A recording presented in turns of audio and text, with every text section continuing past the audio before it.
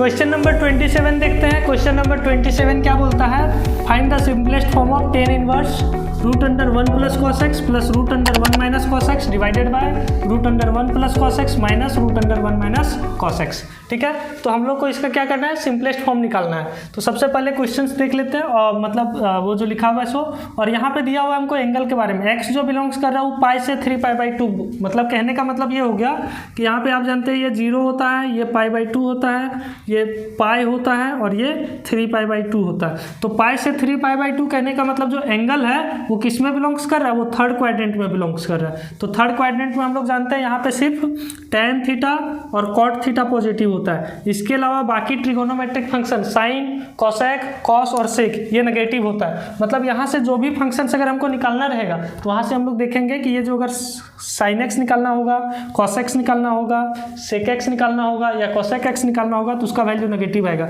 तो यहाँ पे इसको भी ध्यान में रखते हुए इसको सॉल्व करना पड़ेगा। तो चलिए हम लोग इसको देखते हैं कैसे बनाएंगे। देखिए यहाँ पे क्या है दिया हुआ, क्वेश्चन है tan inverse root under 1 plus cos x plus root under 1 minus cos x divided by root under 1 plus cos x minus root under 1 minus cos x. Starting में तो दिमाग में ये आएगा कि इसको प्लस में रख दें और फिर स्लाइज कर दें तो ये हो जाएगा ए प्लस बी का होल स्क्वायर और नीचे हो जाएगा ए स्क्वायर माइनस बी स्क्वायर। लेकिन फिर से जब ए प्लस बी का होल स्क्वायर कीजिएगा तो यहाँ पे फिर से रूट अंडर आ जाएगा 2 root under 1 plus cos x और 1 माइनस कॉस एक्स। तो ये हो जाएगा 1 माइनस कॉस स्क्वायर एक्स। तो वहाँ पर भी ये काम कर सकते हैं। एक काम तो आप डायरेक्टली ये कर सकते हैं कि आप इसको रेशनलाइज कर दीजिए। दूसरा काम आप ये कर सकते हैं कि मतलब इसको आप जानते हैं कि 1 प्लस कॉस एक्स का फॉर्मूला होता है, मतलब आप दो फार्मूला बहुत ज़्यादा यूज किए थे हमेशा। 1 प्लस cos 2 थीटा बराबर होता था 2 cos स्क्वायर थीटा और 1 माइनस cos 2 थीटा बराबर होता है 2 sin स्क्वायर थीटा। तो यहाँ पे 2 थीटा की जगह थीटा है तो इसका हो जाएगा 2 cos स्क्वायर थीटा बाई 2 और ये हो जाएगा 2 sin स्क्वायर थीटा बाई 2। तो आप ये दोनों काम कर सकते हैं। तो आप रेशनलाइज करके भी बना सकते हैं या सीधे अगर इस फॉर्मूला को अप्लाई कीजिएगा तो वो भी काम कर सकते हैं। फिर क्या होगा, √2 सारे से कॉमन लेंगे और ये कट जाएगा। तो हम लोग इसी फॉर्मूला को यूज करते हैं तो ज़्यादा बेहतर रहेगा। तो ये हो जाएगा tan inverse root under 1 plus cos x. तो ये हो जाएगा 2 cos square x by 2 plus root under 2 sin square x by 2। यहाँ पे x था तो x बाई 2 हो जाता क्योंकि यहाँ 2 थीटा था तो थीटा हो जाता था डिवाइडेड बाय यहाँ पे हो जाएगा root under 2 cos square x by 2 minus 2 sin square x by 2। अब यहाँ देखिए, यहाँ से आप √2 कॉमन लीजिएगा, √2 कॉमन लीजिएगा, ये दोनों से ऊपर में √2 कॉमन रहेगा, नीचे भी √2 रहेगा तो √2 बाई √2 वो कट जाएगा। अब यहाँ पे जो आपके साथ टर्म बच रहा है वो बच रहा है root under cos square x by 2 plus root under sin square x by 2 divided by root under cos square x by 2 minus root under sin square x by 2। तो ऐसा नहीं कि cos स्क्वायर एक्स बाई 2 को सीधे हम लोग cos x by 2 निकाल देंगे। ऐसा क्यों, उस चीज़ को हम लोग समझते हैं। क्योंकि देखिए x का जो वैल्यू दिया हुआ है वो दिया हुआ है पाई से 3π/2 के बीच में।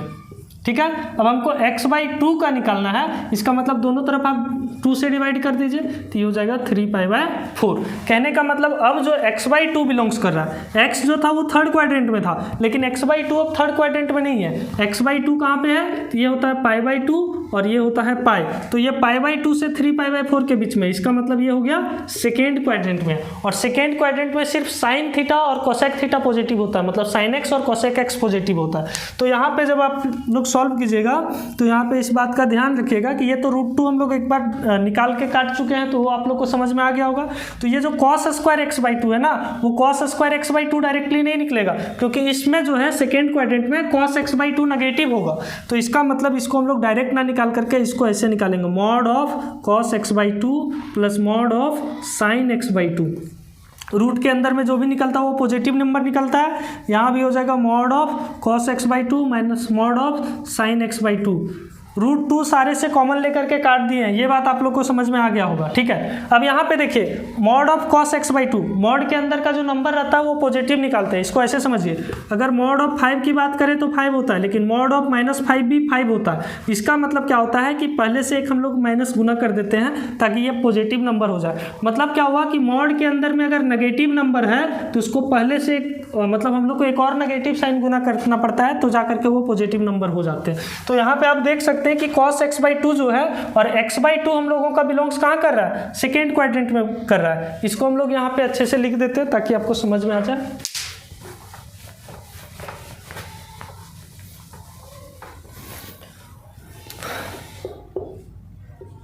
सिंस x बिलोंग्स टू पाई से 3π/2, दिस इम्प्लाइज x/2 जो बिलोंग्स करेगा वो दोनों तरफ आप 2 से डिवाइड कर दीजिए, ये हो जाएगा 3π/4।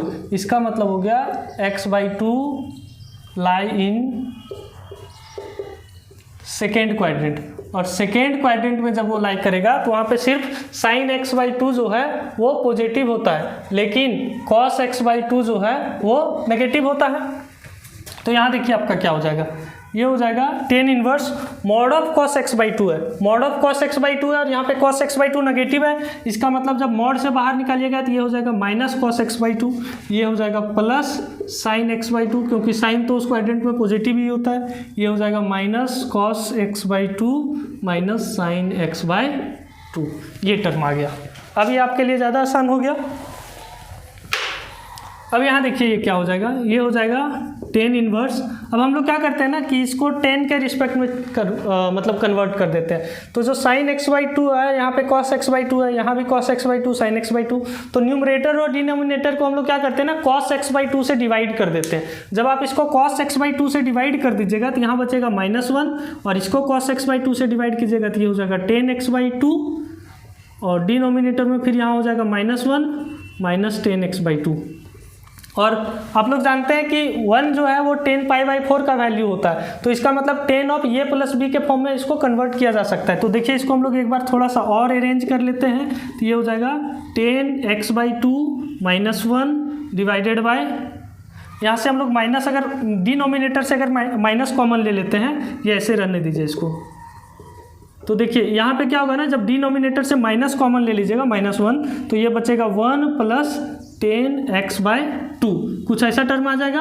और ये माइनस को न्यूमरेटर में ले जाइए तो ये हो जाएगा tan इनवर्स, माइनस को जब न्यूमरेटर में ले जाइएगा तो ये +1 हो जाएगा, माइनस tan x/2 हो जाएगा, और डिनोमिनेटर में बचेगा 1 प्लस tan x/2। और 1 को हम लोग क्या लिख सकते हैं, π/4 लिख सकते हैं, तो ये हो जाएगा tan inverse tan π/4 minus tan x/2 divided by, यहाँ पे हो जाएगा 1 के जगह 1 ही रहने दीजिए। यहाँ 1 अगर मल्टीप्लाई भी कर दे तो कोई फर्क नहीं पड़ेगा, मतलब 1 इंटू tan x/2 है, इसको हम लोग लिख सकते हैं tan π/4 इंटू tan x/2। और देखिए यहाँ पे क्या हो गया, tan inverse tan π/4 minus tan x/2 divided by 1 plus tan π/4 into tan x/2। मतलब ये क्या हो गया, tan of a minus b का फॉर्मूला हो गया। इसका मतलब ये हो गया tan inverse tan of π/4 minus x/2। और आप जानते हैं tan inverse tan theta is equal to theta, क्योंकि ये जो x/2 है वो मतलब π/2 से 3π/4 के बीच में, और π/4 में घटाइएगा तो ये -π/2 से π/2 के बीच में आता है। इसका मतलब इसका वैल्यू हो जाएगा π/4 माइनस x/2, और इस अनुसार से आपका जो है ऑप्शन ये जो है वो करेक्ट आंसर हो जाएगा। आई होप आप इसको समझ गए होंगे, इसमें ज़्यादा कुछ करना नहीं था। इसको अगर आप डायरेक्टली निकालना चाहें तो ऐसे निकाल सकते हैं, या दूसरा तरीका है कि आप इसको रेशनलाइज करके निकाल सकते हैं।